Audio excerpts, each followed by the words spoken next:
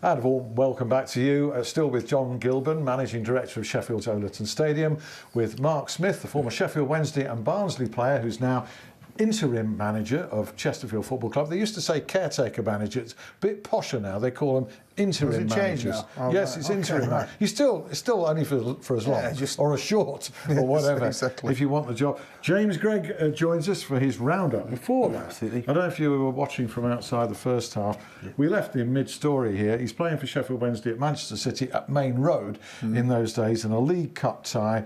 Brian Hornsby's taken a penalty for Wednesday near the end and he's missed. Correct? Yeah. And then the referee ordered a retake because the keeper moved for whatever reason. Keeper was Joe Corrigan. Big Joe Corrigan. Big Joe Corrigan. And then the next minute, the ball ends up in my hands. I don't know how. As I said before, I do not know why it ended up in my hands. And I put it down, actually scored. Grief. So this was as a kid of 18 or 19. Yeah, First penalty you ever took, yeah? Yeah, that was it. Yeah. And again, I can't understand, I can't believe, and I can't remember why I was the next in line, if you know what I mean. Yeah. Well, you just put that one away. And then from that one, I sent it wrong way, as you do. 5 minutes to go, by the way. 5 minutes to go. Put some one up. What's the result? Yeah, we lost 2-1.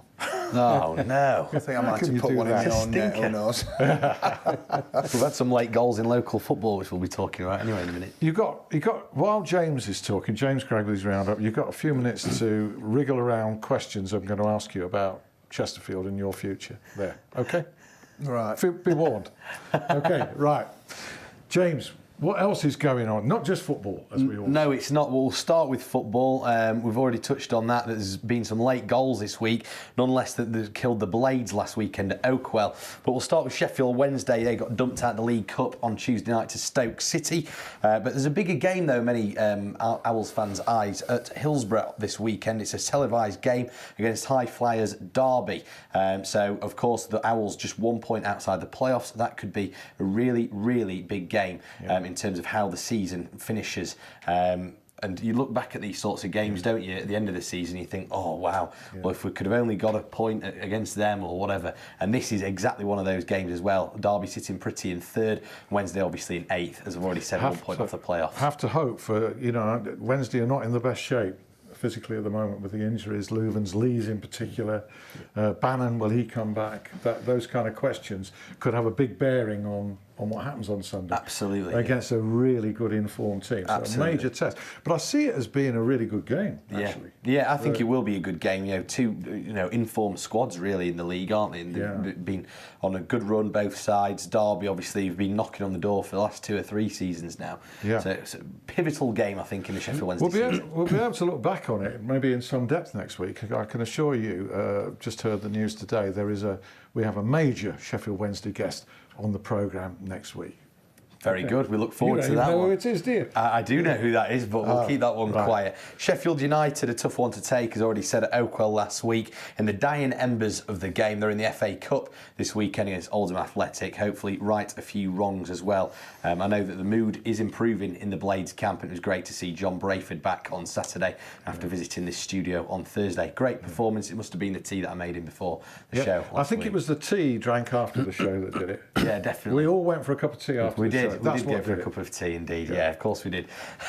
Move on to local football now. Hallam FC, goal in the last minute of their League Cup tie in extra time. Saw them, that's obviously, unfortunately, knocked out of the League Cup, but they take on lowly Worsborough at Sandygate on Saturday, while Sheffield FC host Daventry in the league.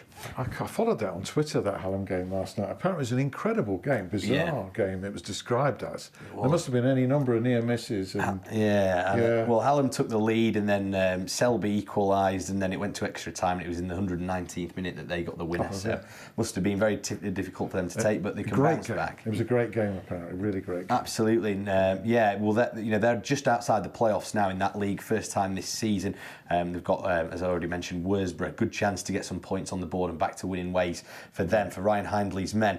Steelers, they take on Coventry on Saturday, and then they welcome Fife to the Arena on Sunday at 5 p.m. face-off. The Steelers are third in the table as well, with a game in hand on the top of the table, Nottingham Panthers. So it's very, very tight in that league as well. There's been a revival. It was a most extraordinary interview with Paul Thompson. I don't know if you heard it. Yes, I'm aware Following of it, an away defeat just about 2 or 3 weeks ago.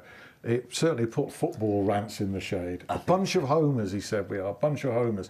And that was one of the mildest things he said. He's had a response. Yes, I can imagine. Yeah, well, that's definitely. YouTube, some old Neil Warnock stuff, and doesn't compare to that, I tell you that. Got rugby union now. Of course, we've got 2 teams in the local area in National 3 North. Very good standard of rugby, and the Tigers, they're top of that league by 10 points. They travel to Hull this weekend, see if they can extend that lead. Hull are fellow promotion chasers. While Sheffield Rugby Club, they host Rossendale, and they look to make it 5 wins on the spin for them. So very good stuff for the rugby union sides in the local area at the moment as well. Finished with individuals. Nick Matthew, he waltzed into the second round of the Hong Kong Open late last night, and Matthew Fitzpatrick, Danny Willett, both in action at the Nedbank Golf Challenge. Matt Fitz started with a -3 round of 69, whilst Danny Willett, he's one back from Henrik Stenson on 5 under par.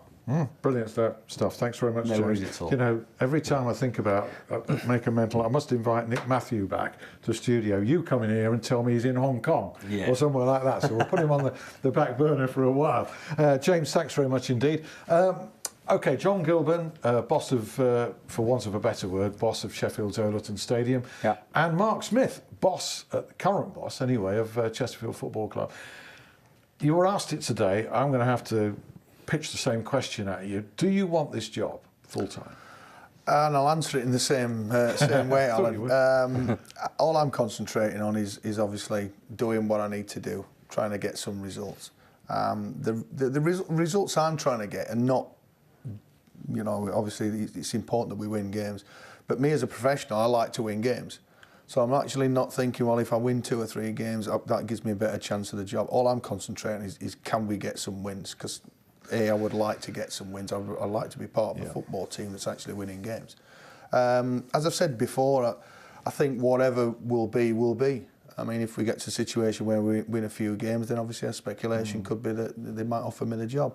As far as I'm aware, they're open-minded about it, which includes the possibility of you turning things round and you landing the job, albeit for maybe until the end of the season or whatever. But certainly you're part of the equation in the thinking. Are you aware of that? Yeah, because when I spoke to Chris and Dave on Saturday, they said they're in no rush. It's not as though they'd already got 2 or 3 players, or sorry, 2 or 3 names in the hat.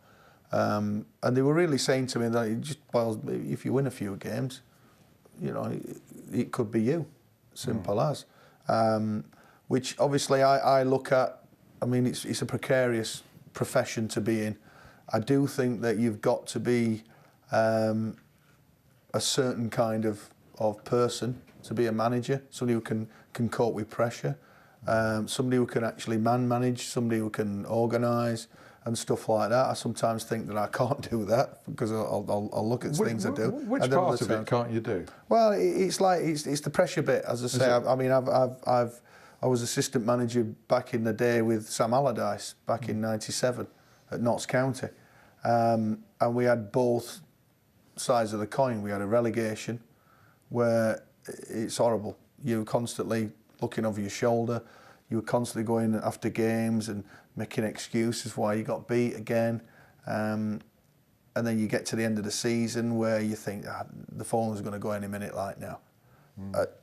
As luck would have it, it never went like that. We actually then had the following season where we romped the title. In '97 and won it in March.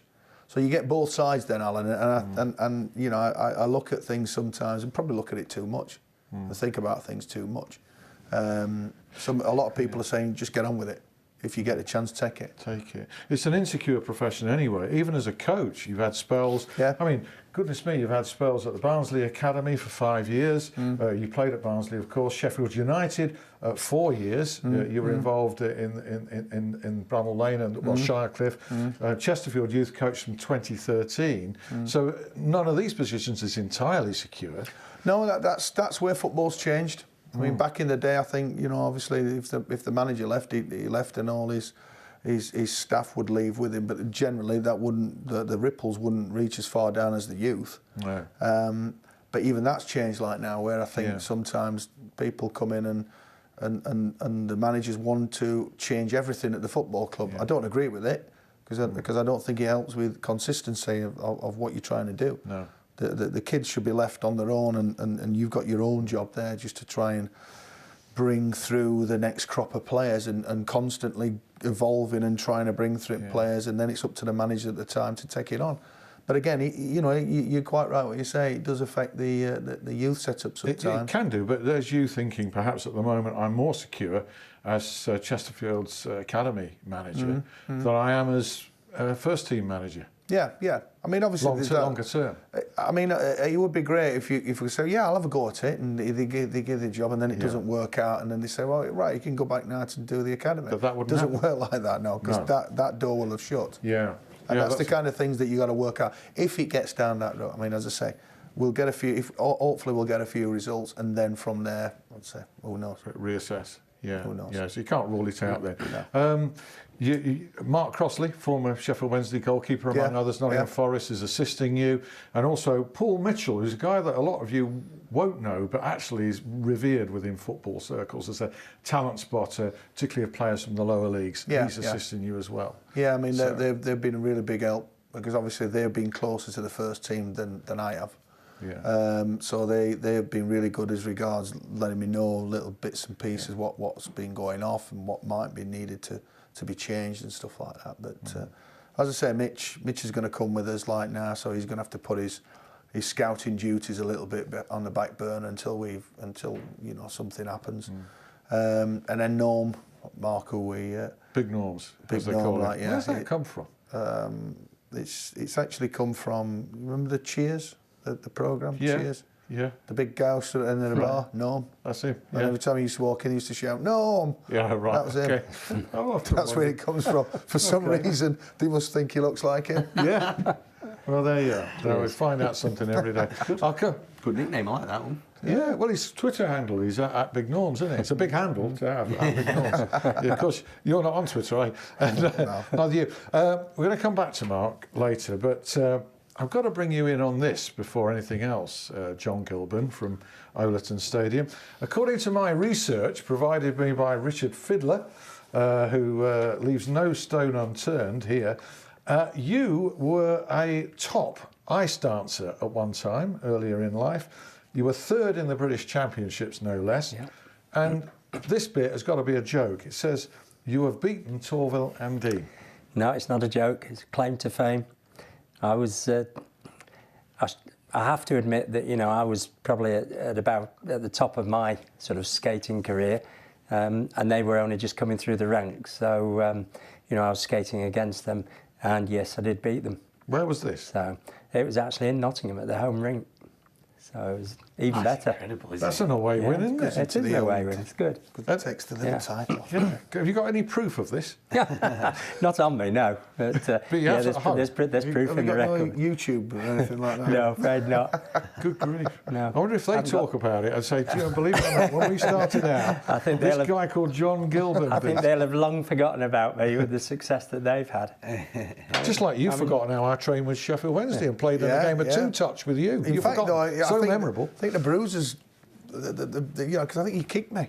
Did I? I think that's coming back to me now. I probably did. I was trying to kick the ball and missed. Yeah, missed it, and then I got in the way like that. Yeah. That was back in the Howard Wilkinson days, that was. Yeah. That's another influence on your career, yeah? Different from Jack? Yeah, very different. Jack was very, like, matter of fact about football at times. I thought if he'd have got a little bit more, he got that much going off.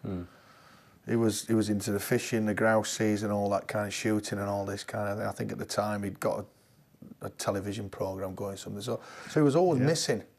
Whereas Howard used to come in and it was like from day one, it was like everything regimented, put in place. A lot of it I still use and were like his philosophies and stuff like that is stuck with me like now. So, you know, in that respect it was good. But Howard he was just a strict disciplinarian, wanted everything done. And we used to run like you've never known for 3 years. I was never as fit in my life as what I was there. We'd be running up and down hills all day long. And it had its, I mean, we'd go to the likes of Liverpool and Arsenal and Man United and stuff like that at the time and turn them over, and, you know, and we won a lot of games in the last 5 minutes where people's tongues were hanging out. We were still going like, but the problem with Howard, he kept driving us all the time. I mean, it was unbelievable. Like, if he wasn't in the team, like, it was all awful. stick and no carrot at times. Yeah, I mean, I don't think you could get away with it nowadays, because the footballers nowadays, it's like a different thing. It's all about sports science and stuff like that. And sometimes the players have got too much information. They know too much about it. I read you made this point today, I think, relative to Chesterfield's position. You want to simplify things a little bit for the players. Yeah. You've got a cup tie on Saturday, a very attractive one, home to a great team going great in League One. Walsall lost the manager though. Yeah, so exactly. Yeah. Battle of the caretaker. Who's the caretaker manager there? I think it's an experienced guy called John Ward. John Ward, of course. He's been around a lot. So how do you see that one? I see it as the kind of, there's often a release of pressure when a manager goes. Yeah, you always get that. I've actually spoke to the players this week about, you know, it's a cup game, so it's not a league game. It's a bit of a free hit, I see it as, you know, where I can go in there, we can let the shackles go off a little bit. The only pressure we've got to do is obviously for the club. It'd be like the business, you know, because they'd be desperate if you can get through to the third round and then get a big tie, you know, and get a full house. That's what you're looking at. So that's the kind of pressure that we're under, if any. But again, it's just a case of I just want to simplify things. And I think sometimes you can get bogged down in tactics and stuff like that. But I generally believe that tactics don't win your games. It's your players what win your games. So that's what I'll be trying to say to our lads. There's some talented players there, boys there, Aribi and people like that. And we've got some good. I mean, you don't realise until you get quite close to them, and you know we don't share the training ground, so the youth side of thing is away from the first team. So you don't really get close until now. So I've had a week like with them where I get close and I can really see what goes off sometimes. And we have got some good players. And I just think it's if I can just get them a bit more confident, let the shackles go off a little bit and say, right, listen, this is a free hit, this. We get out there, we go and work hard. You know, you show us what you can do. And you got that release of tension where the crowd clearly, Dean Saunders, for whatever reason, was not a popular appointment to start with. And a few results go against, they were going to get onto him. And it was a terrible atmosphere from that point of view last week. Saunders out, very unpleasant to witness it happening to somebody else. So the decision was made. Just before we go back to Mark, I know that you're involved in an issue within the greyhound industry at the moment, John, which is the welfare of retired greyhounds. There's been a bit of controversy over that, hasn't there, about some greyhounds simply being put down by owners, and you're active in this area, trying to very active. I think the greyhound industry gets a lot of unfair criticism because you have these, I can only call them do-gooders who really don't know anything about the industry, who are always saying that there's a huge number of greyhounds that are put to sleep, either because they're not good enough to make it to the track, or because when they've finished their racing career, nobody wants them. And it's just not, you know, it's not factual at all. It's just sensationalism. I'm actually chairman of the Retired Greyhound Trust in Sheffield, as well as being managing director of the stadium. And we are very, very active. We find homes, good homes for as many of the dogs as possible. The Sheffield branch itself homes 120 dogs a year. The trainers take a lot. Owners very often will take them home. As a national charity, the Retired Greyhound Trust, we home over 4,000 dogs each year. You know, and welfare is absolutely it's paramount to us, you know, either through the dog's racing career and afterwards.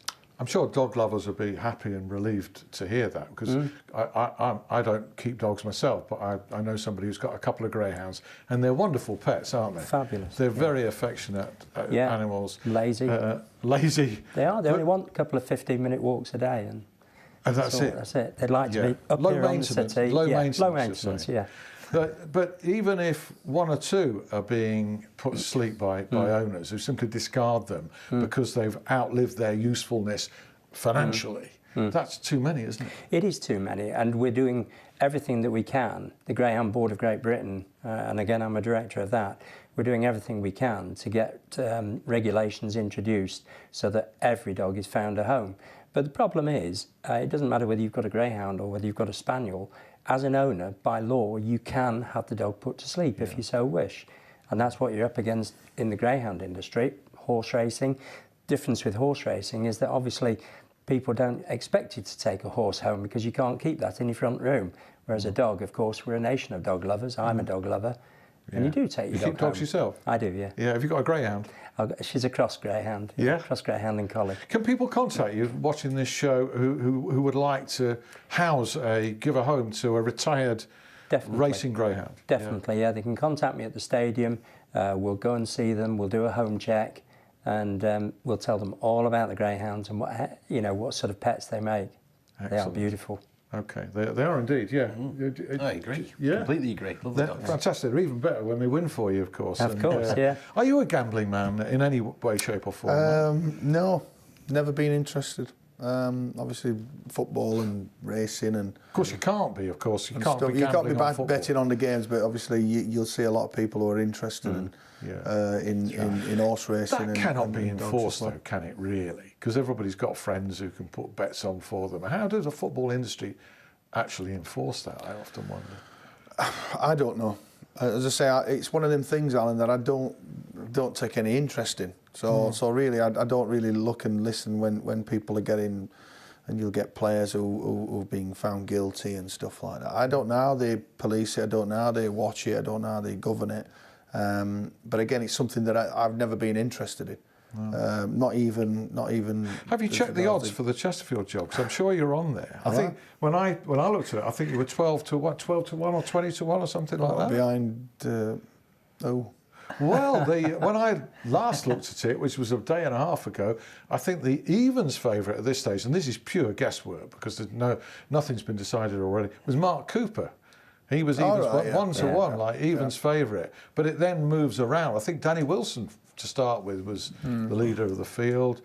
Chris Wilder's in there, who is a shout that, I think that's a serious shout.